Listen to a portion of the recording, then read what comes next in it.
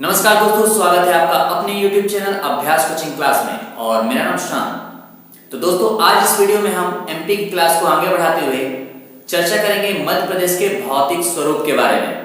तो दोस्तों, जिन लोगों ने इसके पहले के वीडियो ना देखे हों वो प्लेलिस्ट पर जाकर एमपी जी के प्लेलिस्ट के जो वीडियो हैं उसको देख सकते हैं, जिसमें मध्य प्रदेश के गठन, जिलों का गठन और संभागों के बारे में चर्चा किया है। आज इससे मैं फिजिकल रीजन के बारे में चर्चा करूंगा। सबसे पहले कुछ इंपॉर्टेंट चीजें आपको बता देता हूं, फिर मध्य प्रदेश के प्राकृतिक विभाजन के बारे में बात करेंगे। तो दोस्तों, चलिए इस वीडियो को जल्दी शुरू करते हैं। तो आप जैसे कि आप जानते हैं, जो आपका मध्य प्रदेश है, जो आपका राज्य है, वो भारत देश के एकदम बीचों बीच है और चारों ओर सिर्फ जमीन है, यानी कि कई सारे राज्यों से ये घिरा हुआ है। तो आप ध्यान दीजिएगा, जब भी कोई ऐसा राज्य जो चारों ओर से केवल राज्य हो या देश हो, चारों ओर जमीन से लगा हो, यानी समुद्र को ना छूता हो, उसे कहते हैं भू आवेष्टित। भू आवेष्टित। तो जो आपका मध्य प्रदेश है, मध्य प्रदेश के चारों ओर क्या है, केवल और केवल जमीन है, दूसरे राज्य हैं। तो मध्य प्रदेश एक ऐसा राज्य है जिसे हम कहेंगे क्या, भू आवेष्टित राज्य। ठीक है, मध्य प्रदेश कैसा राज्य है, भू आवेष्टित राज्य है।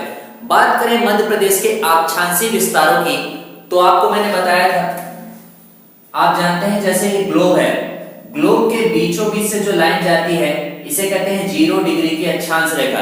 0 डिग्री की अक्षांश रेखा या विषुवत रेखा या इक्वेटर लाइन या भूमध्य रेखा, भूमध्य रेखा है ना। इस 0 डिग्री के ऊपर जो ऐसे लाइनें रहेंगी उन्हें आप क्या कहते हैं, अक्षांश रेखा, है ना। और नीचे की ओर भी जो लाइन होगी उसे क्या कहते हैं आप, अक्षांश रेखा। ऊपर वाले को आप कहेंगे उत्तरी अक्षांश रेखा, नीचे वाले क्या कहते हैं, दक्षिणी अक्षांश रेखा। ठीक है ना। ये उत्तरी गोलार्ध, देखो 0 डिग्री के ऊपर का जो हिस्सा कहलाता है वो कहलाता है क्या, उत्तरी गोलार्ध, और नीचे वाले का हिस्सा क्या कहलाएगा, दक्षिणी गोलार्ध। जो भी चीजें मैं आपको समझा रहा हूं उसको आप नोट डाउन करते चलिएगा, ठीक है ना। ये कहलाएगा उत्तरी गोलार्ध, ये कहलाएगा दक्षिण गोलार्ध। और उत्तरी ध्रुव से दक्षिण ध्रुव से जो रेखाएं जाती हैं ऐसे, ठीक है, ये एक ही बिंदु शुरू होती है और एक ही बिंदु में मिल जाती है ऐसे, इन्हें क्या कहते हैं, देशांतर रेखा। ठीक है ना, देशांतर रेखा। ये जो बीचों बीच लाइन है, इसके इधर जो भी रेखाएं होंगी उसको कहेंगे पूर्वी गोलार्ध या पूर्वी देशांतरी रेखा, और इधर की ओर क्या कहलाते हैं, पश्चिमी देशांतर रेखा। तो इन्हीं अक्षांश और देशांतरों के बीच में क्या होता है, किसी भी क्षेत्र की स्थिति होती है। तो हम बात करते हैं मध्य प्रदेश कहां पर है, यहां पर आपका भारत है, तो भारत का यहां पर कहां पर है, मध्य प्रदेश है। तो मध्य प्रदेश का जो अक्षांशीय विस्तार है उस पर चर्चा करें। तो ये मध्य प्रदेश का जो अक्षांशीय विस्तार होगा 21 डिग्री 6 मिनट। ध्यान दीजिएगा, जो पहले अंक के बाद यहाँ पर जो लगा रहेगा ऐसा गोला, उसे आप कहेंगे डिग्री। इसके बाद का जो आपकी वैल्यू रहेगी उसको मिनट पढ़ते, अगर इसके बाद भी कोई वैल्यू हो तो आप उसको सेकंड में पढ़ेंगे। तो 21 डिग्री 6 मिनट उत्तरी अक्षांश से 26 डिग्री 30 मिनट उत्तरी अक्षांश तक। ठीक है, 21 डिग्री 6 मिनट उत्तरी अक्षांश से 26 डिग्री 30 मिनट उत्तरी अक्षांश तक। और देशांतर की बात करें तो 74 डिग्री, डिग्री को हिंदी में अंश भी कई बार बोलते हैं ना, 74 डिग्री 9 मिनट पूर्वी देशांतर से 82 डिग्री 48 मिनट पूर्वी देशांतर के बीच का जो क्षेत्र है उसको हम क्या कहते हैं, मध्य प्रदेश।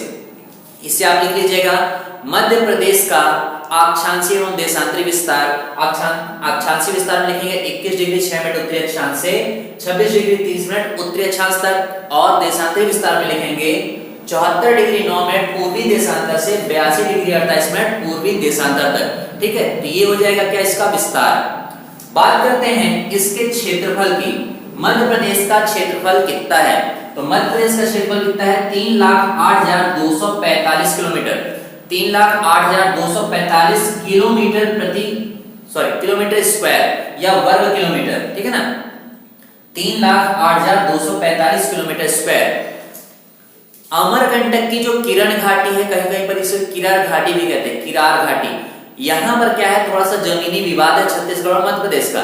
इस कारण से कई बार यहाँ पर आपको क्षेत्रफल की जो वैल्यू किसी बुक में ज्यादा मिलेगी, किसी बुक में कम मिलेगी, पर ये ज्यादातर इसे मानते हैं 3,08,245, कई बार 52 वाली भी वैल्यू मिलती है। आप इतना याद रखिएगा, 3,08,000 आपका हमेशा रहेगा, 3,08,245 किलोमीटर स्क्वायर मध्य प्रदेश का क्षेत्रफल है। ठीक है, आप हेडिंग डालिएगा, मध्य प्रदेश का क्षेत्रफल लिखिएगा 3,08,245 किलोमीटर स्क्वायर या वर्ग किलोमीटर।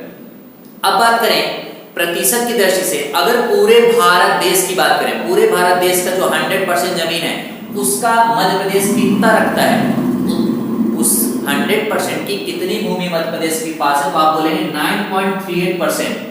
9.38% ये पूरे भारत की भूमि का है, ठीक है ना। अब बात करें मध्य प्रदेश की लंबाई और चौड़ाई की, तो उत्तर से दक्षिण, ठीक है, उत्तर से दक्षिण तक इसकी लंबाई कितनी है, 605 किलोमीटर। याद रखिएगा, लंबाइयों को आप किलोमीटर में बोलेंगे और क्षेत्रफल को किलोमीटर स्क्वायर बोलेंगे या वर्ग किलोमीटर बोलेंगे। तो मध्य प्रदेश की उत्तर से दक्षिण तक की लंबाई कितनी है, 605 किलोमीटर। और चौड़ाई की बात करें तो पूरब से दक्षिण तक या पूरब से पश्चिम तक या पश्चिम से पूर्व तक की लंबाई हो जाएगी कितना, 870 किलोमीटर, ठीक है, 870 किलोमीटर। 605 किलोमीटर उत्तर से दक्षिण लंबाई है और 870 किलोमीटर पूरब से पश्चिम की लंबाई है, ठीक है ना। तो मध्य प्रदेश कैसा राज्य है, एक भू आवेष्टित राज्य है ना। इसका क्षेत्रफल कितना है, 3,08,245 किलोमीटर स्क्वायर। पूरे भारत का कितना क्षेत्रफल है, ये 9.38%। इसकी उत्तर से दक्षिण लंबाई कितनी है, 605, पूर्व से पश्चिम कितना है, 870 किलोमीटर, है ना। इसका अक्षांशीय विस्तार कितना हो गया, 21 डिग्री 6 मिनट उत्तरी अक्षांश से लेकर 26 डिग्री 30 मिनट उत्तरी अक्षांश तक, और 74 डिग्री 9 मिनट पूर्वी देशांतर से 82 डिग्री 48 मिनट पूर्वी देशांतर तक, ठीक है। बात देखिएगा, मध्य प्रदेश एक कैसा राज्य है, भू आवेष्टित राज्य है। तो आखिर इसको घेरने वाले कौन कौन से राज्य हैं, मध्य प्रदेश के चारों ओर कौन कौन से राज्य हैं, तो आप देखिएगा यहां पर आपका क्या रहेगा, गुजरात, ठीक है। पश्चिम में क्या हो जाएगा, गुजरात, और उत्तर पश्चिम में आपका क्या हो जाएगा, राजस्थान। उत्तर में आपका क्या हो जाएगा, उत्तर प्रदेश। पूर्व में हो जाएगा क्या, छत्तीसगढ़, और दक्षिण में हो जाएगा क्या, महाराष्ट्र। तो ये 5 राज्यों से घिरा है, ठीक है, 5 राज्यों से घिरा है, गुजरात, राजस्थान, उत्तर प्रदेश, छत्तीसगढ़ और महाराष्ट्र। तो ये 5 राज्यों से घिरा हुआ है। तो दोस्तों अब इसके बारे में और जो महत्वपूर्ण जानकारी है उसके बारे में चर्चा करते हैं, फिर अपन इसको प्राकृतिक विभाजन पे बांटेंगे कि मध्य प्रदेश को कितने भागों में बांटा जाता है। तो चलिए कहीं पे मत जाइएगा, इस वीडियो को पूरा देखिएगा। दोस्तों सबसे पहले चर्चा करते हैं मध्य प्रदेश से जुड़े कुछ महत्वपूर्ण तथ्यों के बारे में। इसके बाद हम चर्चा करेंगे मध्य प्रदेश के प्राकृतिक विभाजन के बारे में। तो दोस्तों सबसे पहले समझिएगा, मध्य प्रदेश की सर्वाधिक लंबी सीमा, ठीक है, यानी स्थलीय सीमा, क्योंकि ये तो भू आवेष्टित राज्य है, तो मध्य प्रदेश की सर्वाधिक लंबी सीमा यानी बाउंड्री किसके साथ बनती है, राजस्थान के साथ बनती है, ठीक है। सबसे लंबी सीमा किसके साथ बनेगी, राजस्थान की बनेगी, और ये लंबाई में कितनी है, तो 1600 किलोमीटर है। तो मध्य प्रदेश की सबसे लंबी सीमा किसके साथ बनती है, राजस्थान के साथ, और कितनी बनती है, 1600 किलोमीटर। बात करें सबसे छोटी सीमा की, तो बनेगी किसके साथ, गुजरात के साथ। सबसे छोटी सीमा गुजरात के साथ। बात की जाए मध्य प्रदेश की सबसे लंबी जिला वाली सीमा किसके साथ बनती है, सर्वाधिक जिलों की सीमा किसके साथ बनती है, तो उत्तर प्रदेश राज्य के साथ, ठीक है। मध्य प्रदेश की सर्वाधिक जिलों की सीमा किसके साथ बनती है, उत्तर प्रदेश राज्य के साथ। 13 जिले टच करते हैं, ये चीज याद रखिएगा, उत्तर प्रदेश के साथ बनती है जिसपे 13 जिले टच करते हैं, ठीक है, 13 जिलों के साथ। अब सबसे कम जिले की सीमा किसके साथ बनती है, गुजरात राज्य के साथ। कितने जिले हैं, 2। तो सबसे लंबी सीमा राजस्थान के साथ, सबसे लंबी जिलों की सीमा उत्तर प्रदेश के साथ, सबसे छोटी सीमा गुजरात के साथ, और सबसे कम जिलों की सीमा भी गुजरात के साथ बनती है, ठीक है। बात करें कर्क रेखा, ठीक है, कर्क रेखा मध्य प्रदेश के 14 जिलों से गुजरती है। कर्क रेखा भारत के मध्य से जाती है ना 8 राज्यों से, उसी प्रकार कर्क रेखा जब मध्य प्रदेश से गुजरती है तो कितने जिलों से होकर जाती है, 14 जिलों से, ठीक है। बात करें कौन कौन से, तो पूर्व से पश्चिम की ओर अगर बात करें तो शहडोल, उमरिया, कटनी, जबलपुर, दमोह, सागर, रायसेन, विदिशा, भोपाल, सीहोर, राजगढ़, आगर मालवा, उज्जैन एवं रतलाम, ठीक है। तो ये हैं कितने, 14 जिले, ठीक है, ये है कितने, 14 जिले। दोस्तों पुराना डाटा में आगर मालवा का नाम नहीं आता था, क्यों, क्योंकि ये शाजापुर से अलग हुआ है। अभी 2013 में ये शाजापुर से अलग हुआ है, तो पहले यहाँ पर क्या होता था, शाजापुर का नाम लिया जाता था, लेकिन अब शाजापुर से भी अलग हो गया क्या, आगर मालवा। तो आगर मालवा है यहाँ पर अब, ठीक है ना। तो 14 जिले कौन कौन, शहडोल, उमरिया, कटनी, जबलपुर, दमोह, सागर, रायसेन, विदिशा, भोपाल, सीहोर, राजगढ़, आगर मालवा, उज्जैन और रतलाम। ये सभी चीजें आप क्या करिएगा, कॉपी में लिखते जाइएगा। बात करते हैं मध्य प्रदेश क्षेत्रफल की दृष्टि से। मध्य प्रदेश क्षेत्रफल की दृष्टि से भारत में दूसरे स्थान पर है, ठीक है, दूसरे स्थान पर है। मतलब जितने बड़े बड़े राज्य हैं क्षेत्रफल की दृष्टि से, उस पे दूसरे नंबर पर कौन है? अपना मध्य प्रदेश। पहले नंबर पे कौन है? राजस्थान। बात करें विभाजन से पहले की, सन 2000 में जब छत्तीसगढ़ मध्य प्रदेश से अलग हुआ है, तो विभाजन से पहले जब छत्तीसगढ़ मध्य प्रदेश में जुड़ा था, तब क्षेत्रफल की दृष्टि से पहले स्थान पे आता था मध्य प्रदेश, लेकिन विभाजन के बाद अब दूसरे स्थान पर आता है कौन? मध्य प्रदेश। पहले स्थान पर कौन है? राजस्थान। भूवैज्ञानिक दृष्टि से मध्य प्रदेश प्राचीनतम गोंडवाना लैंड का भाग है, ठीक है, प्राचीनतम गोंडवाना लैंड का भाग है। ये भूवैज्ञानिक दृष्टि से मध्य प्रदेश प्राचीनतम गोंडवाना लैंड का भाग है। बात करें गोंडवाना शैल समूहों को कितने भागों में बांटा जा सकता है? गोंडवाना शैल समूह को कितने भागों में बांटा जा सकता है? तो पहला है लोअर गोंडवाना शैल, दूसरा है मध्य गोंडवाना और तीसरा है क्या? अपर गोंडवाना शैल, ठीक है। ये तीन समूहों में बांटा जा सकता है। बात करें मध्य प्रदेश की उत्तरी सीमा, मध्य प्रदेश की उत्तरी सीमा कौन निर्धारित करता है? तो चंबल नदी। याद रखिएगा, मध्य प्रदेश की उत्तरी सीमा चंबल नदी के द्वारा निर्धारित की जाती है और दक्षिणी सीमा की बात करें वह ताप्ती नदी बनाती है, ठीक है, ताप्ती नदी बनाती है। तो ये जितने भी फैक्ट हैं आप इसको नोट करिएगा, और भी जो फैक्ट हैं वीडियो के लास्ट में मैं आपको बताता हूं। अब बात करते हैं मध्य प्रदेश के भौतिक क्षेत्रों के बारे में, कितने क्षेत्रों में उसको बांटा गया है, ठीक है, या कह लें मध्य प्रदेश के प्राकृतिक विभाजन के बारे में। दोस्तों बात करते हैं मध्य प्रदेश के प्राकृतिक भागों की या भौगोलिक क्षेत्रों के बारे में। तो सबसे पहले एक नाम याद रखिएगा, फिजियोग्राफी मैप ऑफ इंडिया, ठीक है, physiography map of India. Physiography map of India ने मध्य प्रदेश को 3 भौगोलिक क्षेत्रों में बांटा है, ठीक है, बड़े बड़े 3 भौगोलिक क्षेत्रों में बांटा है या अलग। पहला है क्या? मध्य उच्च क्षेत्र, ठीक है, मध्य उच्च क्षेत्र। दूसरा है सतपुड़ा मैकल श्रेणी और तीसरा है क्या? बघेलखंड का पठार। ये सभी चीजों को अपन अभी मैप में देखने वाले हैं, कहां पे क्या क्षेत्र है, ठीक है। तो मध्य प्रदेश को 3 भौगोलिक क्षेत्रों में बांटा है किसने? फिजियोग्राफी मैप ऑफ इंडिया ने। पहला क्या है? मध्य उच्च क्षेत्र, दूसरा है सतपुड़ा मैकल श्रेणी और तीसरा क्या है? बघेलखंड का पठार, ठीक है। अब जो इसमें पहला है मध्य उच्च क्षेत्र, इसको हम अध्ययन की सुविधा से 5 भागों में बांटते हैं। पहला क्या रहेगा? मध्य भारत का पठार, ठीक है, मध्य भारत का पठार। दूसरा है मालवा का पठार, तीसरा है नर्मदा सोन घाटी, चौथा है रीवा पन्ना का पठार और पांचवा क्या होगा? बुंदेलखंड का पठार, ठीक है ना। तो मध्य भारत के पठार को मध्य उच्च क्षेत्र को हम 5 भागों में बांटते हैं। मध्य उच्च क्षेत्र 5 भागों में बढ़ता है। मध्य भारत का पठार, मालवा का पठार, नर्मदा सोन घाटी, रीवा पन्ना का पठार, बुंदेलखंड का पठार। कुछ इंपॉर्टेंट चीज आप जान लीजिए, अविभाजित मध्य प्रदेश में 9 भौगोलिक क्षेत्र थे, यानी जब छत्तीसगढ़ मध्य प्रदेश साथ जुड़ा था उस समय भौगोलिक क्षेत्रों की बात करें तो वो कितने थे? 9 भौगोलिक क्षेत्र थे। पर वर्तमान में अब एमपी से छत्तीसगढ़ अलग हो चुका है, काफी साल भी हो गए, सन 2000 में अलग हुआ था, 2020 चल रहा है ना, तो काफी समय हो गया। अब अपन को केवल प्रॉपर एमपी के बारे में ही अध्ययन करना है। तो चलिए अब इसको एक बार मैप पे समझ लेते हैं। दोस्तों तो जिन क्षेत्रों से मैंने अभी आपको परिचित कराया, एक बार मैप में उन क्षेत्रों को देख लेते हैं। तो देखिए ये जो आपको पॉइंट पॉइंट बना हुआ क्षेत्र दिख रहा है, ये वाला क्षेत्र, ये पूरा का पूरा क्षेत्र क्या कहलाता है? मध्य भारत का पठार। मध्य भारत का पठार। अगर टोटल एमपी की बात करें तो एमपी का 10.68% भाग क्या है? ये मध्य भारत का पठार, ठीक है। मध्य भारत का पठार पूरे एमपी का 10.68% है।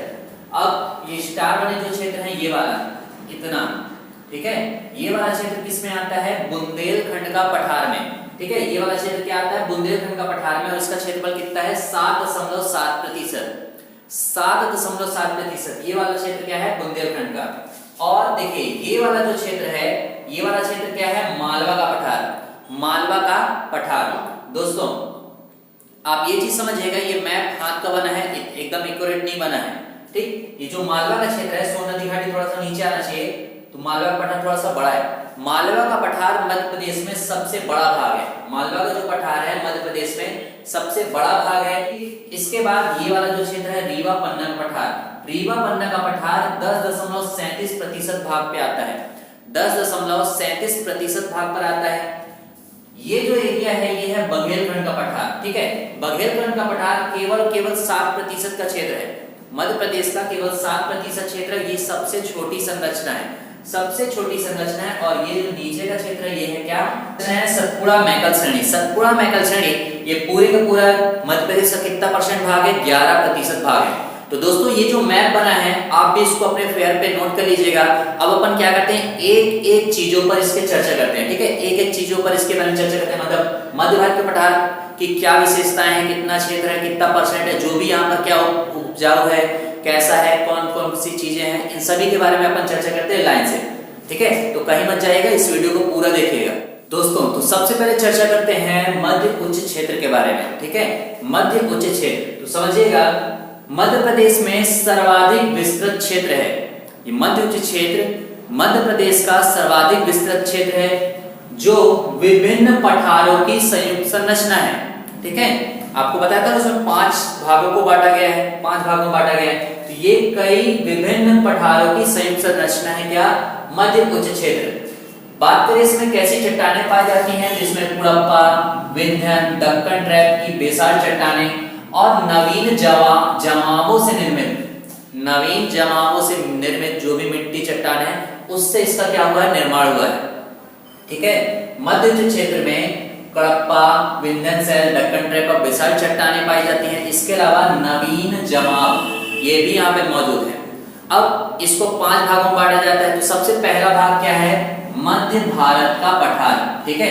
जितनी भी चीजें मैं आपको समझा रहा हूँ उसको सब पेड़ पे टॉपिक बाय टॉपिक लिखते जाइएगा। अगर वीडियो पसंद आ रहा है तो वीडियो को लाइक करिएगा, चैनल को सब्सक्राइब कर दीजिएगा ना, और दोस्तों तक क्या करिएगा, वीडियो के लिंक को शेयर करिएगा, ठीक। तो मध्य भारत का पठार, इसके बारे में खासियत क्या है, यह राजस्थान और यूपी से लगा क्षेत्र है। राजस्थान और उत्तर प्रदेश से लगा हुआ क्षेत्र है। यह विंध्यन शैलों से निर्मित है। ये याद रखिएगा, मध्य भारत का पठार विंध्यन शैलों से निर्मित है। कई बार पूछता है मध्य भारत का पठार किन चट्टान से बना है, तो विंध्यन शैलों से निर्मित है। यहीं पर आपको चंबल घाटी मिलेगी, ठीक है। मध्य भारत के पठार में आपको चंबल घाटी मिलती है। यहाँ की जो प्रमुख नदियां हैं वो कौन कौन सी है, चंबल, पार्वती, सिंध, कुमारी और कुनु, ठीक है। चंबल, पार्वती, सिंध, कुमारी और कुनु, ये सभी चीजें आप लिखिएगा, ठीक है। अगर बात करें इसके ढाल की, ठीक है, ढाल किस ओर है, तो आप देखेंगे जो उत्तर की बात करें, उत्तर में उत्तर पूर्व की ओर ढाल है, ठीक है।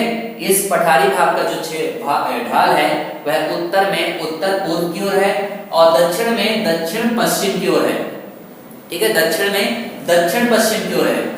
अब समझिएगा यहाँ पर कौन कौन से जिले लगते हैं, ठीक है। मध्य भारत का जो पठार है यहाँ पर कौन कौन से जिले आते हैं, ग्वालियर, भिंड, मुरैना, श्योपुर, शिवपुरी, नीमच और मंदसौर का जो गरुड़ क्षेत्र है वो भी किसमें आता है, मध्य भारत के पठार में। यहाँ पर कैसी मिट्टी पाई जाती है, तो आप याद रखिएगा जलोढ़ मिट्टी, ठीक है। जलोढ़ मिट्टी सबसे ज्यादा अपरदन करने वाली नदी कौन सी है, चंबल नदी, है ना। ये लोग क्या करती हैं, जलोढ़ मिट्टी का निर्माण भी करती हैं। क्षेत्रफल की बात करें तो 32,896 किलोमीटर स्क्वायर, 32,896 किलोमीटर स्क्वायर क्या है इसका क्षेत्रफल है, जो कि 10.68% भाग है मध्य प्रदेश का। मध्य प्रदेश का 10.68% भाग है किसका, मध्य भारत का। बात करें यहाँ पर वर्षा कितनी होती है, तो 25 सेंटीमीटर से 75 सेंटीमीटर तक औसतन वर्षा होती है।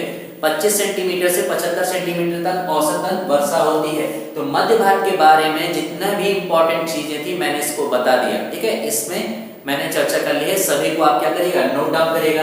अब चर्चा करते हैं दूसरे भाग के बारे में दोस्तों। तो अब बात करते हैं दूसरे भाग के बारे में, जो है कि मालवा का पठार, ठीक है।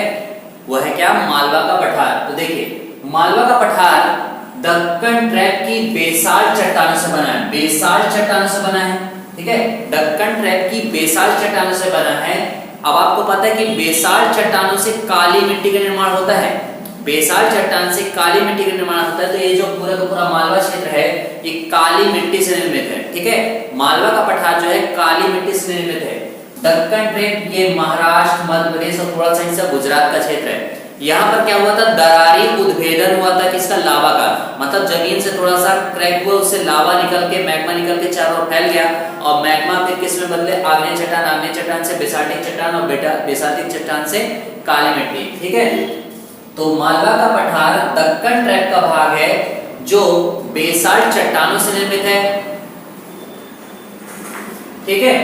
इसका जो निर्माण की बात करें, इसका निर्माण क्रिकेटस युग के अंतिम समय में हुआ है। क्रिकेटस युग के अंतिम समय में हुआ है। क्षेत्रफल की दृष्टि से ये सबसे बड़ा भाग है। मध्य प्रदेश में सबसे बड़ा भाग है क्या? मालवा का पठार। इसका क्षेत्रफल कितना है? 88,222 किलोमीटर स्क्वायर। ठीक है, 88,222 किलोमीटर स्क्वायर यानी वर्ग किलोमीटर इसका क्षेत्रफल है। मध्य प्रदेश का कुल 28.62% भाग है क्या? मालवा का पठार। तो मध्य प्रदेश में जितने भी भौगोलिक क्षेत्र हैं उन सब में सबसे बड़ा है क्या? मालवा का पठार। मालवा के पठार के मध्य से कर्क रेखा गुजरती है। ठीक है, मालवा के पठार के मध्य से कर्क रेखा गुजरती है। जितनी भी चीजें मैं बता रहा हूं आप लिखते चलिएगा। ठीक है, वीडियो को लाइक करते चलिएगा। ठीक है, कर्क रेखा मालवा के पठार से मध्य से गुजरती है। अगर मालवा के पठार की औसत ऊंचाई ज्ञात करें, औसत ऊंचाई की बात करें तो वह है कितना? 500 मीटर। ये पूछा गया क्वेश्चन है। मालवा के पठार की औसत ऊंचाई कितनी है? तो 500 मीटर है, ध्यान दीजिएगा। जाना पाव पहाड़ी जो है उसका जो वांचू पॉइंट है, वांचू पॉइंट से चंबल नदी का उद्गम होता है। ठीक है, चंबल नदी का उद्गम होता है। यहाँ की जो प्रमुख चोटियां हैं कौन कौन सी है? सिगार, जाना पाव और छजारी। सिगार, जाना पाव और छजारी। ठीक है, इसकी ऊंचाई कितनी है? 881 मीटर। 881 मीटर जाना पाव और छजारी। मालवा का जो पठार है नर्मदा और चंबल के बीच जल विभाजक का कार्य करता है। मालवा का पठार नर्मदा और चंबल के बीच जल विभाजक का कार्य करता है। यहाँ पर क्या है? काली मिट्टी पाई जाती है। मालवा के पठार में काली मिट्टी पाई जाती है और काली मिट्टी काफी उपजाऊ होती है। सर्वाधिक उपजाऊ क्षेत्र है क्या आपका? मालवा का पठार। ठीक है ना, आप ये याद रखिएगा, सर्वाधिक उपजाऊ क्षेत्र है। और इसका यहाँ पर गेहूं, मक्का, सोयाबीन सबसे ज्यादा उगाया जाता है। तो मालवा के पठार को गेहूं की डलिया भी कहते हैं। ये भी पूछा गया क्वेश्चन है, गेहूं की डलिया किसे कहते हैं? तो मालवा के पठार को।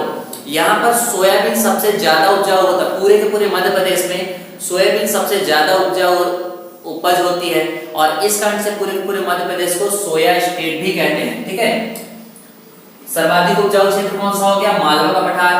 फाहियान, चीनी यात्री जो फाहियान था, चीनी यात्री फाहियान जब वो भारत भ्रमण पे आया था और मध्य प्रदेश आया था तो वो यहाँ की जलवायु को यानी मध्य प्रदेश या मालवा की जलवायु को विश्व की सर्वश्रेष्ठ जलवायु कहा था। ठीक है, मालवा की जलवायु को फाहियान ने विश्व की सर्वश्रेष्ठ जलवायु कहा था। नर्मदा नदी इसकी दक्षिणी सीमा बनाती है। नर्मदा नदी जो है मालवा के पठार की दक्षिणी सीमा बनाती है। यहाँ पर औसतन वर्षा 75 सेंटीमीटर से 125 सेंटीमीटर होती है। 75 सेंटीमीटर से 125 सेंटीमीटर होती है। मालवा के पठार काफी उपजाऊ क्षेत्र है, इसलिए यहाँ पर क्या है? औद्योगिक क्षेत्र, इंडस्ट्रियल एरिया भी डेवलप हुआ है। ठीक है, तो मालवा का पठार एक औद्योगिक क्षेत्र भी है। यहाँ कौन कौन से जिले आते हैं तो आप समझिएगा, इंदौर, रतलाम, झाबुआ, सीहोर, शाजापुर, आगर मालवा इत्यादि। ठीक है, इंदौर, रतलाम, झाबुआ, सीहोर, शाजापुर, आगर मालवा, उज्जैन जो भी है सब आते हैं। ठीक है, तो ये है आपका दूसरा हिस्सा क्या? मालवा का पठार। तो चलिए आगे आप चर्चा कर लेते हैं दोस्तों। तो तीसरा भाग है नर्मदा सोन घाटी।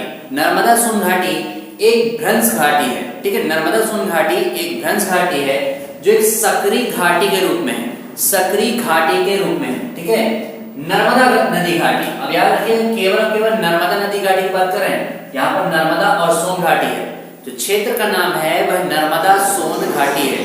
ठीक है, जिसमें सोन का भी नाम है। लेकिन अगर केवल नर्मदा नदी घाटी की बात करें तो ये भारत में सबसे बड़ी रिफ्ट वैली है। ठीक है, सबसे बड़ी रिफ्ट वैली, सबसे लंबी और चौड़ी, भारत में सबसे बड़ी रिफ्ट वैली है। ठीक है, जबकि सोन सबसे सक्रिय है। नर्मदा सोन घाटी का जो क्षेत्रफल है, नर्मदा सोन घाटी का जो क्षेत्रफल है वो कितना है? 86,000 किलोमीटर स्क्वायर यानी 86,000 वर्ग किलोमीटर। और मध्य प्रदेश के कुल क्षेत्रफल का ये कितना है? 27.92%। 27.92% है क्या? पूरे मध्य प्रदेश का ये भाग। ठीक है, यहाँ की जो प्रमुख नदियां हैं वो कौन कौन सी है? नर्मदा, सोन, तवा, दूधी। नर्मदा की कुछ सहायक नदियां भी ले लीजिए। ठीक है, वर्षा की बात करें तो यहाँ पर 62 सेंटीमीटर से 150 सेंटीमीटर तक औसतन वर्षा होती है। 62 सेंटीमीटर से 150 सेंटीमीटर तक ये वर्षा वाला क्षेत्र है। यहाँ की औसत ऊंचाई है 300 मीटर। ठीक है, औसत ऊंचाई कितनी हो गई? 300 मीटर। यहाँ के जो प्रमुख जिले हैं वह क्या? मंडला, जबलपुर, नरसिंहपुर, होशंगाबाद, रायसेन, खंडवा, बुरहानपुर, खरगोन, देवास, बैतूल इत्यादि। ठीक है, और जो इस छोटे मोटे क्षेत्र हैं वो भी हैं, मैं सब नहीं लिख रहा हूँ। मंडला, जबलपुर, नरसिंहपुर, होशंगाबाद, रायसेन, खंडवा, बुरहानपुर, खरगोन, देवास, बैतूल, ये सब हैं। तो जितनी भी चीजें मैंने आपको नर्मदा घाटी के बारे में बताई है, नर्मदा सोन घाटी के बारे में बताई है, उसे आप क्या करिएगा? नोट डाउन कर लीजिएगा, अपने फेयर पे लिखते चलिएगा। चलिए नेक्स्ट टॉपिक पे चर्चा करते हैं। दोस्तों, तो बात करते हैं मध्य क्षेत्र के चौथे भाग रीवा पन्ना के पठार के बारे में। तो रीवा पन्ना का पठार यह विंध्यन एवं कड़प्पा शैलों से निर्मित है। ठीक है, विंध्यन एवं कड़प्पा शैलों से निर्मित है और कर्क रेखा इसके दक्षिण में है, या फिर ये क्षेत्र यानी रीवा पन्ना का पठार कर्क रेखा के उत्तर में स्थित है। यह क्षेत्र कर्क रेखा के उत्तर में स्थित है या इसके दक्षिणी हिस्से से कर्क रेखा जाती है। पन्ना के निकट, पन्ना जो जिला है, पन्ना के निकट जो बीजावर श्रेणी है, बीजावर श्रेणी में काहे की है? कड़प्पा शैलों से निर्मित। बीजावर श्रेणी के कड़प्पा चट्टानों से हीरा प्राप्त होता है। तो मध्य प्रदेश में एक हिस्सा है ना पन्ना, पन्ना जिला से हमें हीरा मिलता है, तो वो है क्या? बीजावर श्रेणी की कड़प्पा चट्टानों से निर्मित होते हैं, सॉरी हीरा मिलता है। अब बात करें यहाँ के प्रमुख जिलों के बारे में, तो रीवा, पन्ना, सतना, दमोह। ठीक है, रीवा, पन्ना, सतना और दमोह ये यहाँ के प्रमुख क्षेत्र हैं। पांचवा जो भाग है वो है क्या? बुंदेलखंड का पठार। बुंदेलखंड का पठार ये प्री कैम्ब्रियन युग की नीस एंडोलिसिस ग्रेनाइट चट्टानों से बना है। ये याद रखिएगा, इस क्षेत्र का जो निर्माण हुआ है वो किस काल में हुआ है? तो प्री कैम्ब्रियन युग में। ठीक है, प्री कैम्ब्रियन युग में। और किन चट्टानों से बना है? तो नीस और ग्रेनाइट चट्टानों से। नीस एंडोलिसिस और ग्रेनाइट चट्टानों से क्या हुआ है? बुंदेलखंड के पठार का निर्माण हुआ है। ठीक है, अब ये जो क्षेत्र है यह लाल पीली मिट्टी वाला क्षेत्र है। लाल पीली मिट्टी यहाँ पर बहुत ज्यादा पाई जाती है। ये पथरीला भाग है और कम उपजाऊ क्षेत्र है। ठीक है, पथरीला भाग है और कम उपजाऊ क्षेत्र है। यहाँ की जो प्रमुख नदियां हैं वो कौन कौन सी हैं? बेतवा, धसान, है ना, बेतवा, धसान, ये होगी। सर्वोच्च चोटी के बारे में बात करें तो यहाँ की सर्वोच्च चोटी क्या है? सिद्ध बाबा, जिसकी ऊंचाई कितनी है? 1172 मीटर। 1172 यहाँ की सर्वोच्च चोटी है क्या? सिद्ध बाबा। ये नाम याद रखिएगा। बुंदेलखंड के पठार की सर्वोच्च चोटी कौन सी हो गई? सिद्ध बाबा। यहाँ के जो जिले हैं वो है टीकमगढ़, निवाड़ी, सागर, दतिया। ठीक है, टीकमगढ़, निवाड़ी जो अभी बना है। ठीक है, टीकमगढ़, निवाड़ी, सागर और दतिया ये जिले किस में आते हैं? बुंदेलखंड के पठार के बारे में। तो ये मध्य उच्च क्षेत्र के पांचों भागों के बारे में हमने चर्चा कर ली। ठीक है, अब बात करते हैं सतपुड़ा मैकल श्रेणी के बारे में। दोस्तों, तो बात करते हैं मध्य प्रदेश के दूसरे प्राकृतिक भाग की जो है सतपुड़ा मैकल श्रेणी। ठीक है, सतपुड़ा मैकल श्रेणी। तो देखिएगा, यह मध्य प्रदेश के दक्षिण पश्चिम क्षेत्र से पूर्व में अमरकंटक तक क्या है? फैला है यानी विस्तृत है। जो सतपुड़ा मैकल श्रेणी है, सतपुड़ा मैकल श्रेणी यह मध्य प्रदेश के दक्षिण पश्चिमी क्षेत्र से लेकर पूरा फैलता हुआ चला गया अमरकंटक क्षेत्र तक। ठीक है, इसके 3 उपविभाजन हैं, यानी अध्ययन की सुविधा से हमको इसको 3 भागों में बांट सकते हैं। पहला है राजपीपला श्रेणी, दूसरा है सतपुड़ा श्रेणी और तीसरा है मैकल श्रेणी। सबसे पश्चिमी क्षेत्र क्या है? राजपीपला। मध्य क्षेत्र क्या है? सतपुड़ा श्रेणी। और सबसे पूर्वी क्षेत्र क्या हो गया? मैकल श्रेणी। ठीक है, आप इसको अपने फेयर पे लिखते चलिएगा। राजपीपला श्रेणी के बारे में बात करें तो राजपीपला श्रेणी सबसे पश्चिमी क्षेत्र है, सबसे पश्चिमी हिस्सा है। ये काफी कटापटा है ना, कटाफटा है। नदियों के द्वारा, हवा के द्वारा इसका काफी अपरदन किया गया है। इस कारण यहाँ पर क्या है? दर्रे पाए जाते हैं। तो यहाँ का जो क्षेत्र है बुरहानपुर, राजपीपला का जो क्षेत्र है बुरहानपुर में एक दर्रा है जिसको कहते हैं बुरहानपुर दर्रा। प्राचीन काल में इसे दक्षिण का द्वार भी कहते थे। प्राचीन काल में बुरहानपुर दर्रे को दक्षिण का द्वार भी कहते थे, क्योंकि दक्षिण की ओर जाना तो यही दर्रा हमको क्या करता था? रास्ता देता था। बात करें मध्य श्रेणी की तो सतपुड़ा श्रेणी मध्य में है। सतपुड़ा श्रेणी, इसमें महादेव पर्वत या महादेव श्रेणी में एक जगह है क्या? पचमढ़ी, एक हिल स्टेशन है मध्य प्रदेश का। एक पचमढ़ी पे जो सर्वोच्च चोटी है धूपगढ़ चोटी। ठीक है, धूपगढ़ चोटी जिसकी ऊंचाई कितनी? 1350 मीटर। महादेव श्रेणी पर स्थित पचमढ़ी में धूपगढ़ चोटी जिसकी ऊंचाई कितना है? 1350 मीटर। ये संपूर्ण मध्य प्रदेश की सर्वोच्च चोटी है। सारे का सारा जो भी पूरा मध्य प्रदेश है उसका सर्वोच्च चोटी क्या है? धूपगढ़ चोटी, जिसकी ऊंचाई कितनी है? 1350 मीटर। ये कहाँ है? सतपुड़ा श्रेणी पर ही मिलती है। बात करें तीसरा, मैगल श्रेणी की जो सबसे पूर्वी भाग है, ये अर्धचंद्राकार भाग है। ठीक है, ये अर्धचंद्राकार भाग है। यह पठारी और पर्वतीय भाग है। पठारी और पर्वतीय भाग है। ये भी मध्य प्रदेश का हिल स्टेशन भाग है। ठीक है ना, ये हिल स्टेशन ही अमरकंटक। तो मध्य प्रदेश का अमरकंटक जो क्षेत्र है वो मैगल श्रेणी में आता है। ठीक है, मध्य प्रदेश का जो अमरकंटक क्षेत्र है वो भी क्या है? हिल स्टेशन है। तो वो भी किसमें आता है? मैगल श्रेणी में। ठीक है, इसके जो प्रमुख जिले हैं वो कौन कौन से हैं? बुरहानपुर, खरगोन, खंडवा, होशंगाबाद, हरदा, बैतूल इत्यादि। ठीक है, जिले आप लिख लीजिएगा बुरहानपुर, खरगोन, खंडवा, होशंगाबाद, बैतूल इत्यादि। ठीक है, ये सब चीजें आप 12th पे लिख लीजिएगा। तो ये है आपका सतपुड़ा मैगल श्रेणी। बात करें तीसरे प्राकृतिक भाग की, वो है क्या? बघेलखंड का पठार। ये सबसे पूर्वी भाग है। ठीक है ना, मध्य प्रदेश का सबसे पूर्वी भाग है। इसका ज्यादातर हिस्सा आप कहां चला गया? छत्तीसगढ़ में। ठीक है, सीधी शहडोल वाला क्षेत्र अब यहाँ पर रह गया है। इसका जो पूर्वी हिस्सा है वो कहां चला गया है? छत्तीसगढ़ में। तो ध्यान दीजिएगा, बघेलखंड के पठार किससे बना है? गोंडवाना शैल समूहों से।